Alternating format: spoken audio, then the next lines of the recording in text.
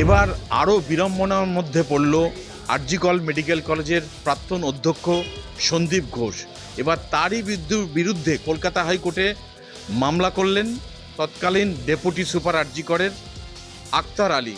তার আবেদন যে একাধিক আর্থিক দুর্নীতি রয়েছে আরজি মেডিকেল কলেজে, সেই একাধিক দুর্নীতির বিরুদ্ধে এনফোর্সমেন্ট ডিরেক্টর অর্থাৎ ইডিকে দিয়ে তদন্ত করা হোক এই আবেদন নিয়ে, এবং পাশাপাশি নিজেরও নিরাপত্তার আবেদন করে কলকাতা হাইকোর্টে দ্বারস্থ হয় বিচারপতি রাজশ্রী ভরদ্বাজের বেঞ্চে।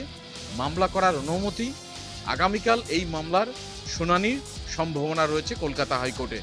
অন্যদিকে প্রাক্তন অধ্যক্ষ সন্দীপ ঘোষের পরিবারকে নিরাপত্তা দিল কলকাতা হাইকোর্ট। তাদের পরিবারের সদস্যরা তারা নিরাপত্তার দাবি নিয়ে কলকাতা হাইকোর্টের দ্বারস্থ হয়েছিলেন।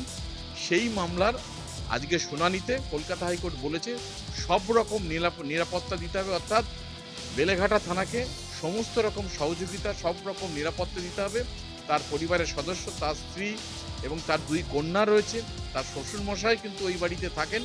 তারা যেটা আবেদন করেছিলেন যে বিভিন্ন জায়গাতে হুমকির শিকার হচ্ছেন, তার বাড়ির কাছেই একাধিক বিভিন্ন ক্ষেত্রে ইস্যুতে ধর্ণা হচ্ছে, ফলে তারা নিরাপত্তার অভাব বোধ করছেন, সেই নিয়ে কলকাতা হাইকোর্টে দ্বারস্থ হয়েছিলেন। ফলে তাদেরকে নিরাপত্তা সুনিশ্চিত করতে বেলেঘাটা থানাকে নির্দেশ দেওয়া হয়েছে। ক্যামেরায় রাজু রানার সঙ্গে স্বরূপ তরফদার, নিউজ টাইম, কলকাতা।